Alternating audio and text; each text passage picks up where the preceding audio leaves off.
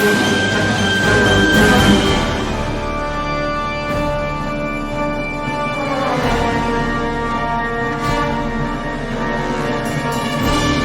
friends and brothers. Rob and Marcus here. We are excited to talk to you about topics related to modern men. The mission of Friends and Brothers is to change lives and be a resource for you to find or regain your inner Yelp. Thanks for tuning in today as we talk about becoming a monster.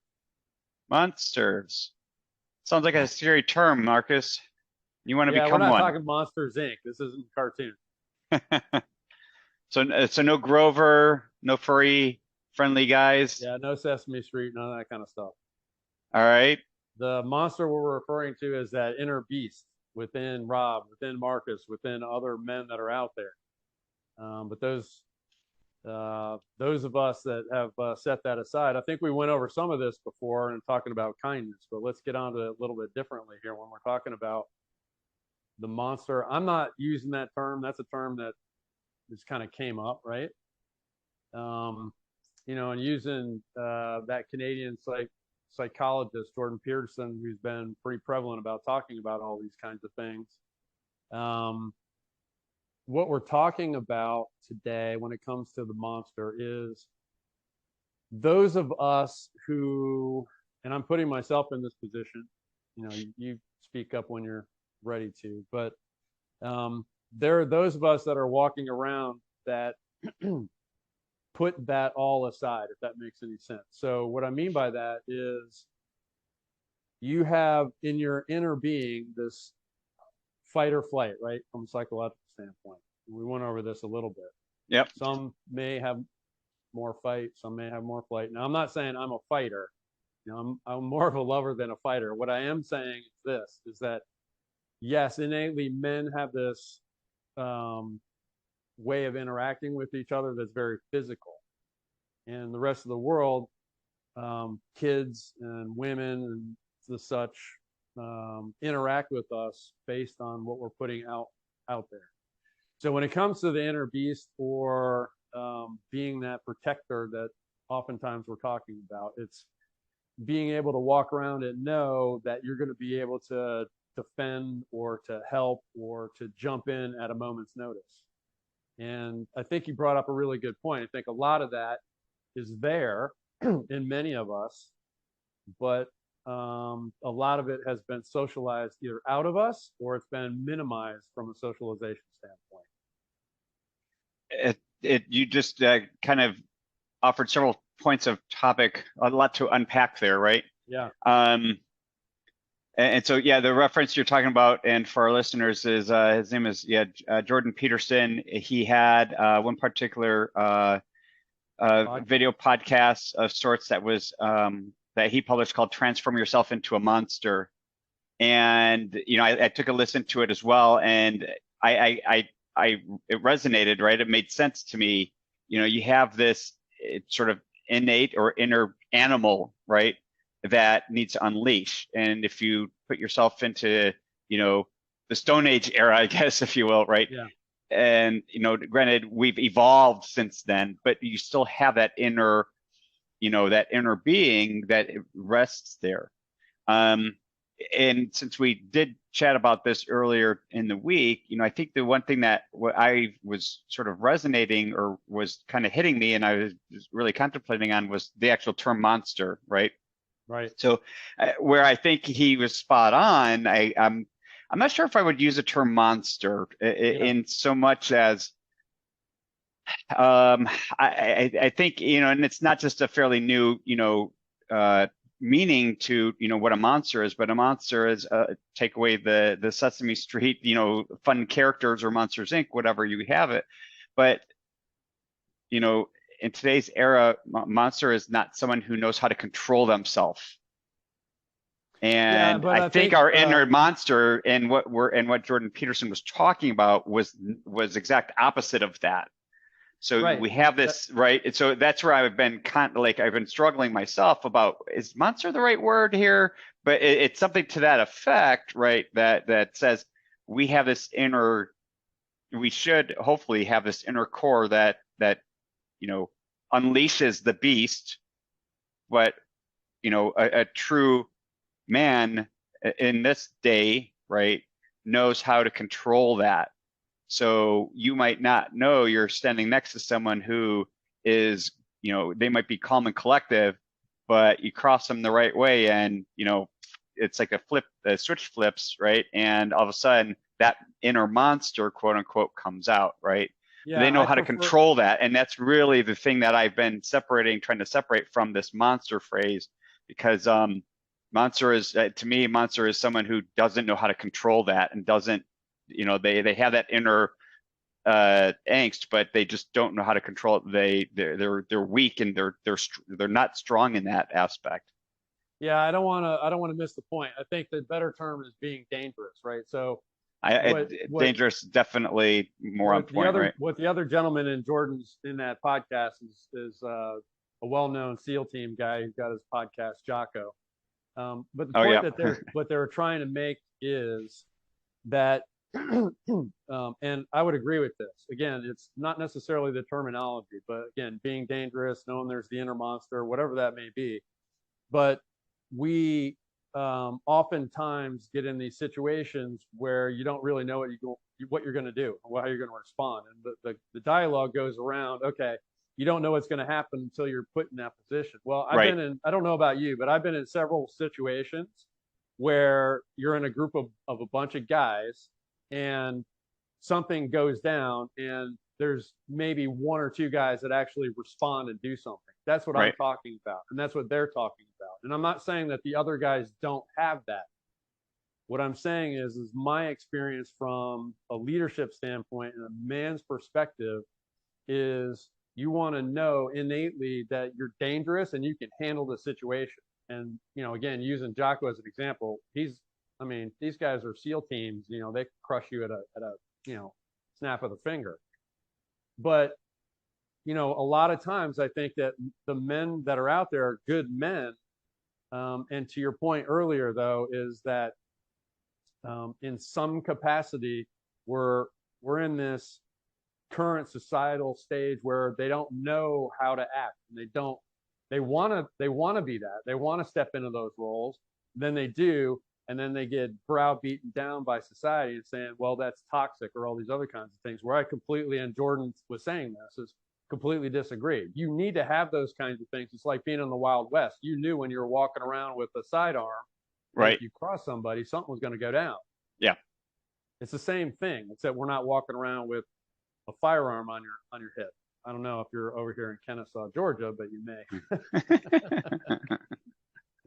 You get the point, though. That's what we're talking about. I think so, right? And some notes I took from his podcast there. One thing that came up to mind was, and I think it's relevant here in the conversation, is learning how to be one, right? And then learning how to control it. And those are two very important points. So, I think there's innate sort of, not skills, but, there's an innateness to us born that says it exists, right? Sure. But as we grow up from children to teenagers to young men to adult men, right, it's something that we need to develop over time. And as we are younger, if we accept that we have that capability, then we need to learn how to control it, though. And that's a part of the process that maybe it hasn't been developed because it has been stifled. That says, oh, you can't be mean, right? Well, yes, you can be when you need to be. And that's where we have some work to do, I think, right? Well, it comes individually and as a society. It comes from being tested, right?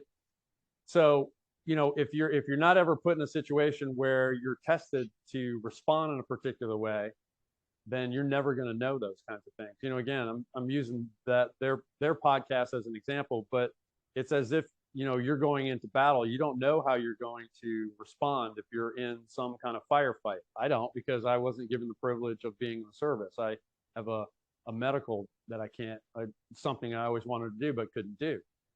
The point being is, like, you never know until you get into that situation, right, what's going to happen. So yeah, it is a bit of a not a learned behavior. Again, like you're talking about, it's innate, but it's almost one of those things where it gets unlocked, and it's a response. Are you the Yeah. person that's going to step into the fight, or are you going to step away from it? And what I'm It also suggesting depends on is, who's with you. yeah, no, that's absolutely right. So you have to have a certain belief in yourself, and then a belief in the people that are around, You have right? to, yeah, you have to make a very quick, conscious Right. decision, Yeah.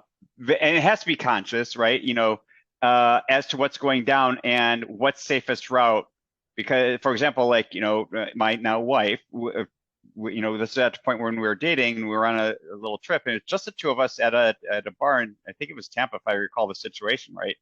And there was a situation where there was a big fight going down, and we just, am I supposed to get in the middle of a fight with a bunch of strangers that I have no idea what they have, Yeah. or do No. I get my now wife out of there safely, Right. and we just go about what we need to do, right? But see, I don't So want to did I don't want to interrupt, but I do want to interject really quickly on that. That goes to the point of your inner monster or dangerous, because you're actually responding in that situation to the protection of your wife.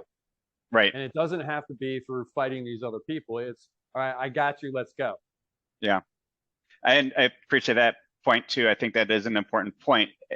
You know, the inner monster isn't all again. It's about controlling it, right? It's Correct. not Right. about simply getting in the middle of a brawl every time there's a brawl, and it's Right. not about being a complete ass clown or badass every single time Exactly. you have the opportunity to. Yeah, because Uh, that becomes all ego. You're in there for all ego, right. nothing more than that. Right. That's a good point too. Like it's the inner monster we're talking about is removal of the ego, and again, that's where I just don't like the term monster itself, but Yeah. we'll get over it. I'll still sleep tonight. All right. Rob's dangerous. How about that? But you get the idea. So what I wanted to press on a little bit today when it comes to this dangerous um, person that's sitting under the I'm not talking about like a serial killer or any of that kind of a thing. No, because What those I are am weak talking people. what? Those are weak people. Yeah, those are exactly. What I am talking about is from a topical standpoint where we as modern men need to harness that piece of us, and it doesn't necessarily have to be tested all the time. Like, so I'm not sitting here saying, hey, go out and that's one of the things I don't necessarily like about this, like the whole MMA and all this kind of stuff, because to me that's all a bunch of guys just trying to prove themselves constantly in a controlled environment. That Yeah, is not at all survival. What I'm talking about is when you're out in a normal situation, and say for example you see some 80-year-old lady walking across the street and there's a car coming. Who's going to run out to go help that lady? Well, I know I will, because I've done it. I've ran out in the middle of the street and made sure I took care of an older lady or a little kid or whatever the situation. I'm not saying I'm better than anybody. That's not what I'm saying at all. What I'm sharing with you is, as we have this dialogue, I think there's lots of great men out there, and we want to be that that resource to let them know, hey, it's okay to get out there and be you and be a strong leader and take action. right. Right. And to your point is to know that you're dangerous internally. That's that confidence in who you are. Yeah, maybe you're going to get hurt a little, but you're not going to sit there and stand idly by while some person's getting, I don't know the best term, but getting attacked or grabbed or put in some kind of emergency state. Who knows? Right. I'm thinking about the three college kids who were on a train ride in Europe. What was it, 5, 6 years ago? Right. And was it it wasn't a bomb. Someone had drawn a weapon though, right? It's been Okay. a while since on that story. I don't know the details of it. But they were able to, thwart the impending danger by, they saw something. They were just casually, on the train ride, right? And then they saw a situation, you know, opening up, and they immediately were able to thwart the situation. Right. Fortunately, there's three of them that they were able to, together, tackle the offenders, or offender. I think it was just one guy, but they were able to, really save the day in a major way that really was about to become a complete catastrophe. So then from an environmental standpoint, how do we as men develop that in our boys and then ourselves as men? Or where does that come from? Outside of it being some kind of biologic response. I think one thing to point out is it's never too late, Sure. right? Yep. And I preface and I'm stating that first as a preface to my next comment is it comes from the development of our of our upbringing, right? That the sooner the better. But again, it's never too late to work on that and identify that. I think the one miss that we have is we don't realize that it exists or that it's there, right? And we don't understand what's going on there. And that's where the first hurdle is just identifying it and accepting that we have that capability, and then accepting the responsibility of that by learning how to control ourselves. Again, so going back, I guess, if I'm not speaking too much, it comes from, the more we can ingrain that in our children and take learning moments and teachable moments to reflect on those situations that they might have.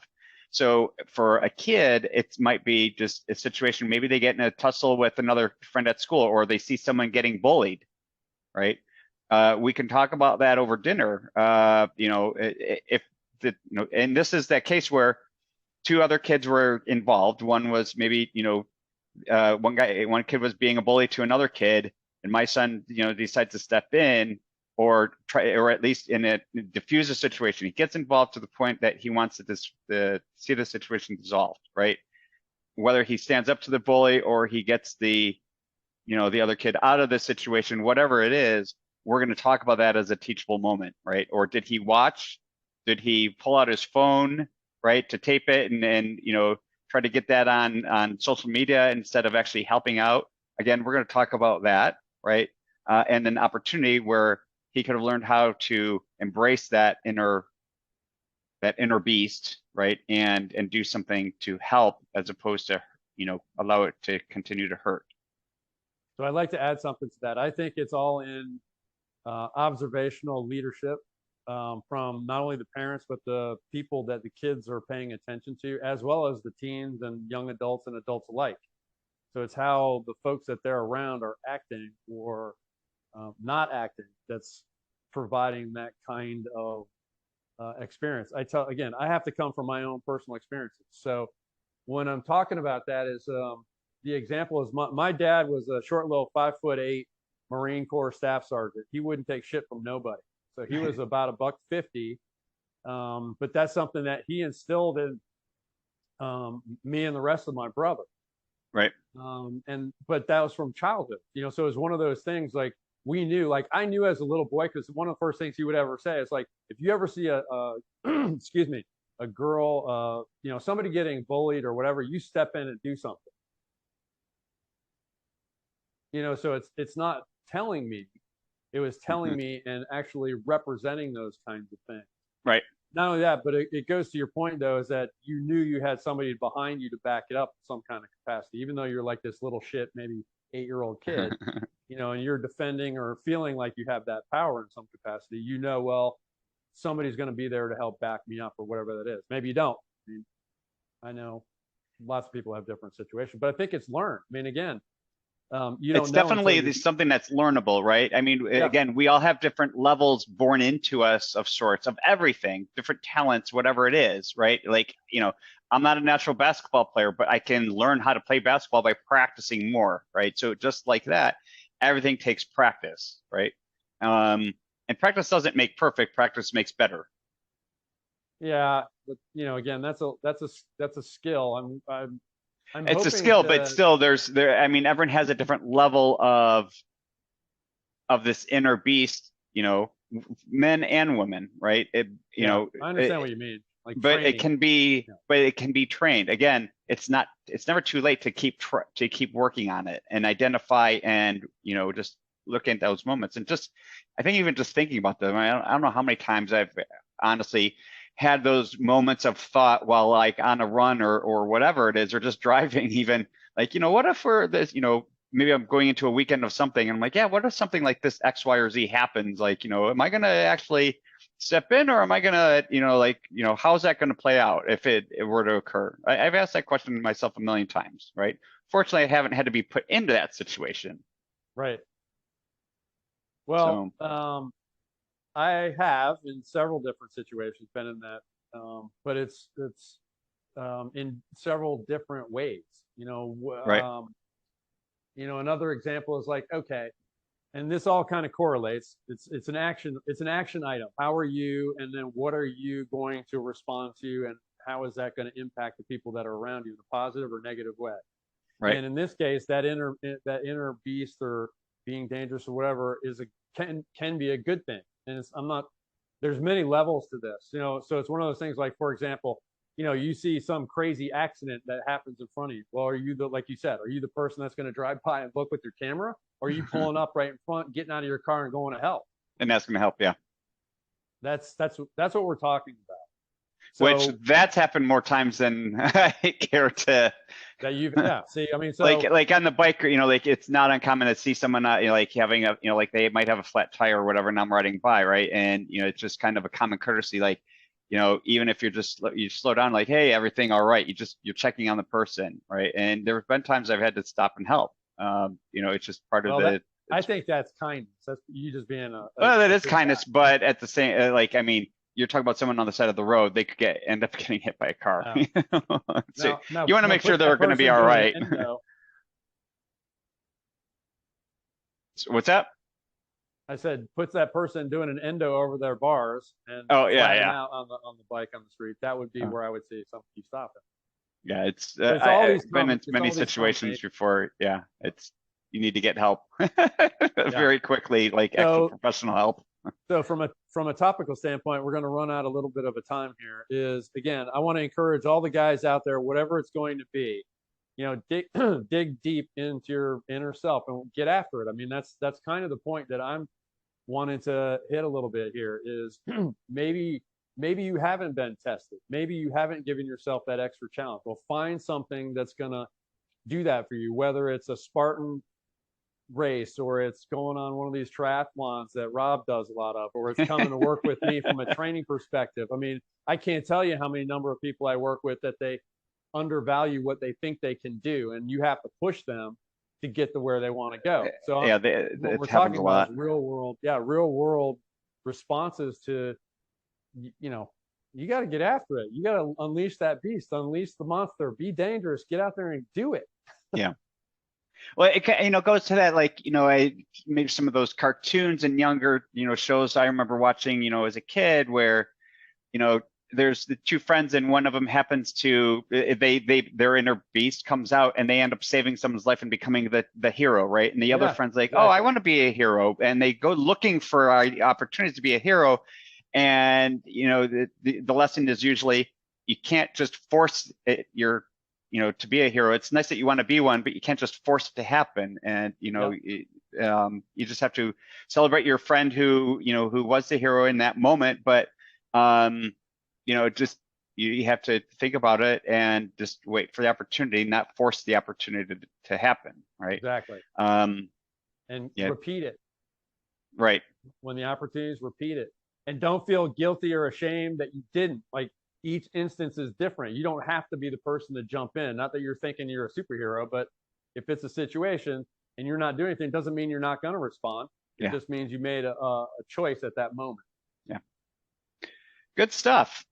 Well, I enjoyed the conversation. It definitely, talking through it, Marcus, was definitely more entertaining and I think productive than chatting through it, I guess. Right. Yeah, and I think we have something a little bit more substantial to it definitely something more substantial to talk through here, and I think we got a little bit closer to on point with our message.